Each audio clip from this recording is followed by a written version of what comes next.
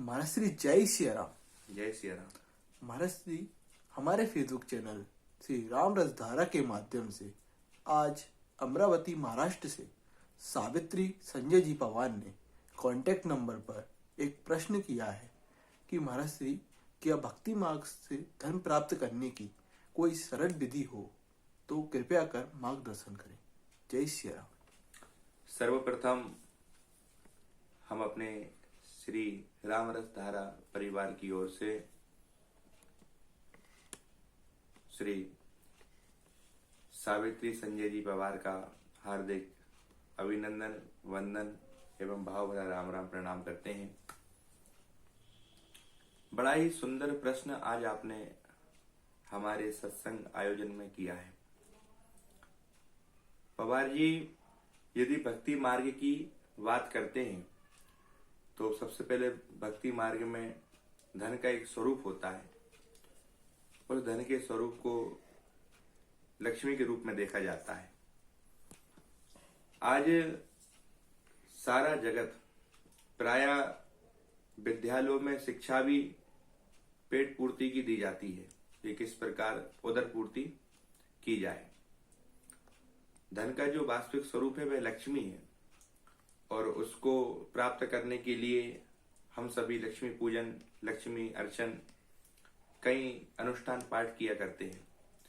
लेकिन भक्ति मार्ग में साधक रूपी जो साधक साधना करता है वह साधना रूपी अनुष्ठानी सर्वोपरि होता है। आप देखें कि लक्ष्मी को प्राप्त करने के लिए हम बहुत ज्यादा अपने आप को व्यस्त कर देते हैं। कोई व्यापार के माध्यम से, कोई नौकरी के माध्यम से, कोई व्यवसाय के माध्यम से लक्ष्मी को प्राप्त करना चाहता है। अब वास्तविक मूल स्वरूप आप देखिए कि हम सब किसको प्राप्त करना चाहते हैं? धन को, अर्थात लक्ष्मी को। और लक्ष्मी किसको प्राप्त करने के लिए लग्नशील है, प्रयत्नशील है? नारायण को।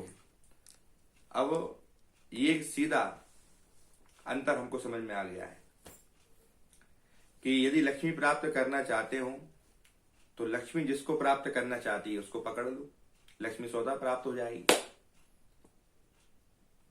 मानने का आशय यह है कि आप देखो कि हमारे घरों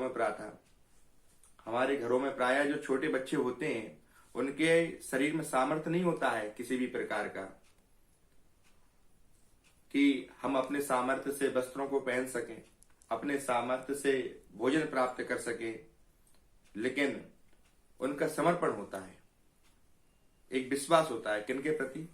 माता पिता के प्रति। तो सब कार्य उनका पूरा होता है। कौन करता है? माता पिता। उसी प्रकार जो भक्ति मार्ग पर चल रहे जो साधक हैं और जो जिनका समर्पण भगवान पर है, अपने आराध्य पर है और जिनका पूर्ण विश्वास है, मंत्र जाप मम दृढ़ विश्वास, वहां ठाकुर जी स्वयं कहते हैं कि जो मेरे आश्रित होकर, जिनको केवल मेरा ही भरोसा होता है, उनके लिए ठाकुर जी बहुत प्यारी बात कहते हैं। हमारे रामचरितमानस में श्री तुलसी बाबा ने एक चौपाई गाई है, करऊं सदा तिनके रखवारी, जिमी बालक राखई में थारी। जिस प्रकार श्री भगवान का मुख से निकला हुआ वचन है, मैं सदैव उनकी वैसे ही रखवाली करता हूं जैसे माता बालक की रक्षा करती है। छोटा बच्चा जब दौड़कर आग और सांप को पकड़ने जाता है तो वहां माता उसे अपने हाथों अलग करके बचा लेती है। ऐसे ही सांसारिक जो परेशानियां होती हैं और जो साधक अपने साधना रूपी बल से अपने आराध्य के आश्रित हो जाता है, मां भगवान माता पिता बनकर और माता पिता की तरह ही उनकी रक्षा करते हैं। और नाम इस रूपी धन से क्या प्राप्त नहीं हो सकता? जिसके पास भगवान का नाम जप रूपी धन है, उसी के आसपास रिद्धि सिद्धियां सदैव रहती हैं और उसकी नजर दौलत हो जाती है। क्यों? क्योंकि उसके पास नाम रूपी धन है, और नाम रूपी धन से संसार की सांसारिक आवश्यकताओं की भी पूर्ति हो सकती है, सांसारिक सुख की भी प्राप्त हो सकती है, परमार्थिक सुख की प्राप्ति हो सकती है, वास्तविक भौतिक आनंद की प्राप्ति हो सकती है, और जो हमारा आत्मा का आनंद है उस परमानंद की प्राप्ति हो सकती है। नाम के बल पर तो भगवान मिल जाते हैं, ये तो धन की बात है। किन किन साधकों को नाम के बल पर भगवान का दर्शन हो गया, बताइए। अब किसी अन्य युग की बात ना करें, केवल कली काल में देखें कि नाम जप कर करके साक्षात भगवान को उनके धाम से नीचे उतार लाए, अपने सन्मुख खड़ा कर दिया।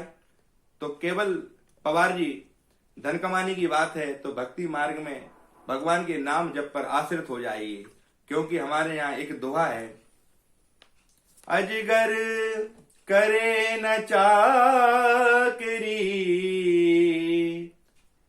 पंछी करे न काम, दास मलूका कहे गए, सबके दाता राम।